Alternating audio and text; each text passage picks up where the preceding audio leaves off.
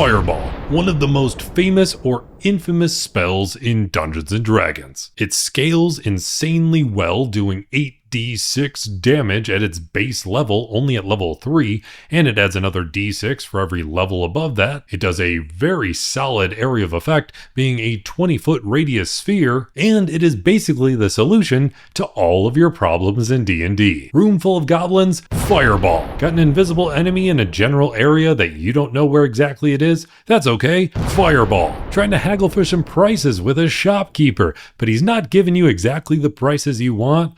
That shopkeeper? Fireball. Then go to the next shopkeeper and see if they give you the price you really want. In fact, it's so amazingly versatile that what if you didn't take the time to prepare any other spell? Well, I figured out a build that works pretty well for it, both in 2014 and 2024 edition. And if you do this just right, pack in enough people, you can actually get over 20,000 damage from a single casting of Fireball. So let's dive into how that can work. First, let's go through the 2014 version. You want to start by choosing a sorcerer. The main reason you want to go with a sorcerer to start is that we're only preparing Fireball. And Fireball is a 3rd level spell, which means you have to be at least level 5 to get access to it. But what are you going to do with those 1st and 2nd level spells? Well, thanks to being a sorcerer, you can recycle them, turning them into sorcery points, and then turning sorcery points into more spell slots. Just make sure they're at least 3rd level. And when you become a sorcerer in the 2014 version of D&D,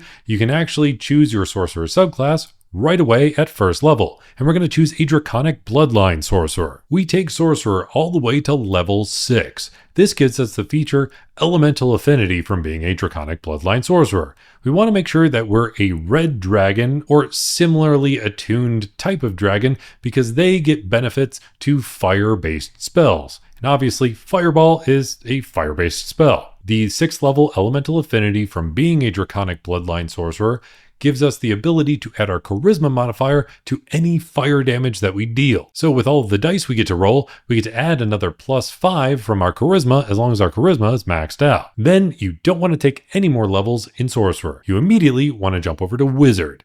You want to take the rest of your levels in Wizard because you can choose the Wizard subclass School of Evocation. This gives us 3 very important benefits. First, we only have Fireball at our disposal, and sometimes you're in a small area, so you can use the feature Sculpt Spell. This 2nd level feature from being an Evocation Wizard allows you to protect some people in that area of effect, and Fireball can have a pretty big area of effect. In fact, if you're measuring just right, because you're measuring from the center of your 5-foot square to the furthest 5-foot square you can possibly touch with that little measurement of 20 feet, at least using the measuring tool on Roll20, you can actually fit 121 creatures in that area of effect, because any 5-foot square that is even being touched by that sphere is going to be taking the full brunt of the damage according to the D&D rules. And that circle touches 121 squares. So not even factoring in the idea that you could probably stack people on top of each other for a more 3-dimensional version of this, 121 creatures taking a whole boatload of damage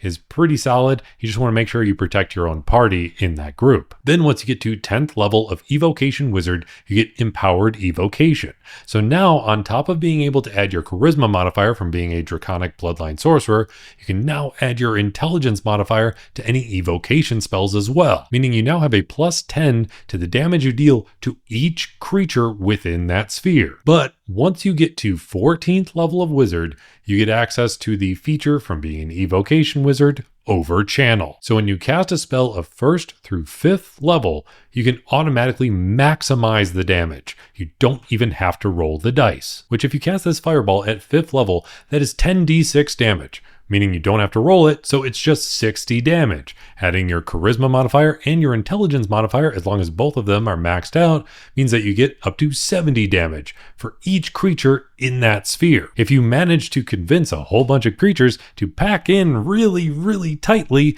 that is 121 creatures taking 70 points of damage, bringing you to 8,470 damage with a single casting of Fireball. But that's just the 2014 version.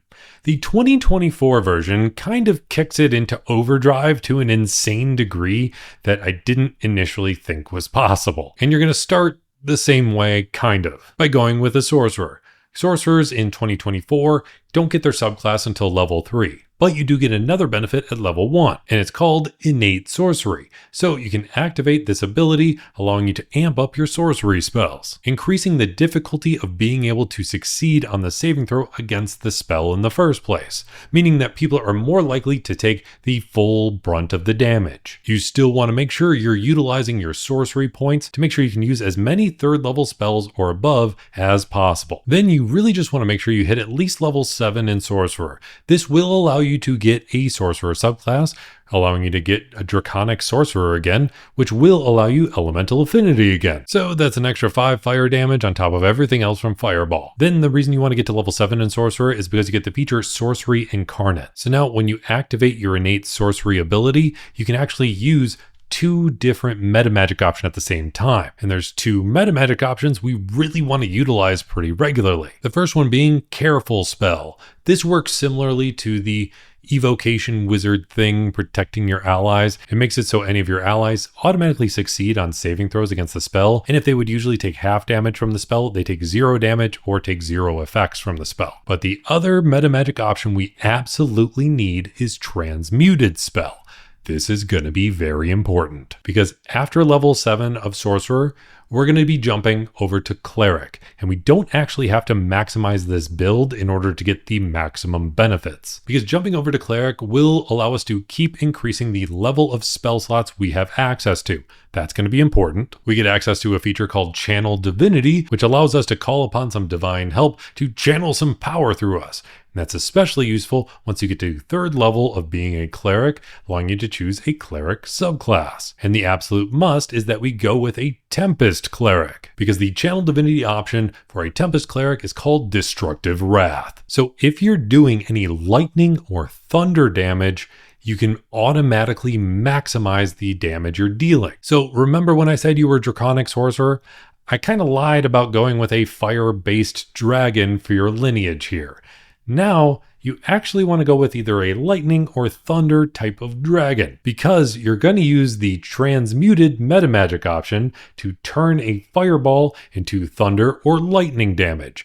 That means you can now maximize it even sooner, and it doesn't have the restriction of being a 1st through 5th level spell. So you can maximize a fireball that is upcasted all the way to 9th level. Then you need to keep going with Cleric because it actually gets better. If you take Cleric all the way to level 10, you get the updated version of Divine Intervention.